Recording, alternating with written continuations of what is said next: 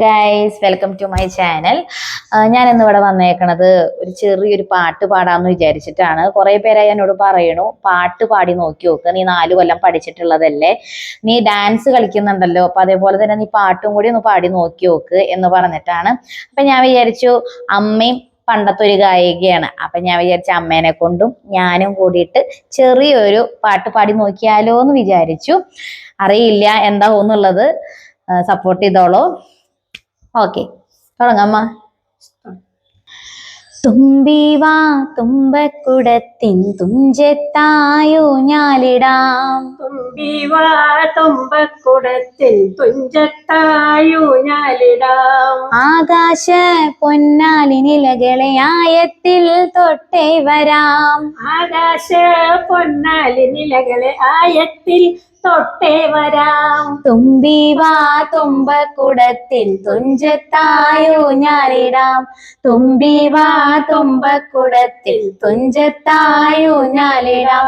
മന്ത്രത്താൽ പായുന്ന കുതിരയിൽ മാണിക്യ കയ്യാൽ തൊടാം, മന്ത്രത്താൽ പായുന്ന കുതിരയെ മാണിക്യ കയ്യാൽ തൊടാം. ഗന്ധർവൻ പാടുന്ന മതിലക മന്ദാരം പൂവിട്ട തണലിൽ, ഗന്ധർവൻ പാടുന്ന മതിലക മന്ദാരം പൂവിട്ട തണലിൽ. ഊഞ്ഞാലേ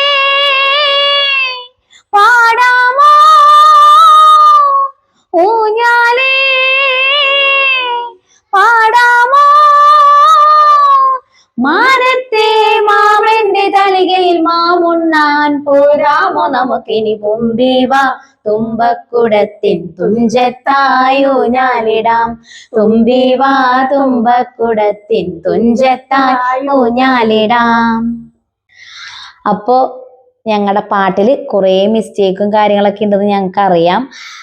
അതൊക്കെ ക്ഷമിക്കണം ഞങ്ങളോട്. പിന്നെ അവര് പറഞ്ഞപ്പോൾ ഞങ്ങൾ ഒരു സന്തോഷത്തിന് ഞങ്ങൾ പാടിയതാണ്.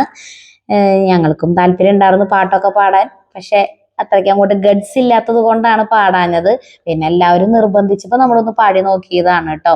പിന്നെ അമ്മ കുറേ നാളായി പാടിയിട്ട്, അമ്മയുടെ പഠിക്കുന്ന സമയത്ത് അമ്മ പാടിയിട്ടുള്ളതാണ്. ഇപ്പോൾ എൻ്റെ കൂടെ ഞാനൊന്ന് പിടിച്ചു വലിച്ചിട്ട് വന്ന് കൊണ്ടിരുത്തിയേക്കണതാണ് അമ്മേനെ. അപ്പൊ അതിൻ്റെതായ കുറേ മിസ്റ്റേക്കും അമ്മയുടെയിലും ഉണ്ട്. അപ്പോൾ അതൊക്കെ ഒന്ന് ക്ഷമിച്ച് ഒന്ന് സബ്സ്ക്രൈബ് ചെയ്യുക, ലൈക്ക് ചെയ്യുക. Thank you.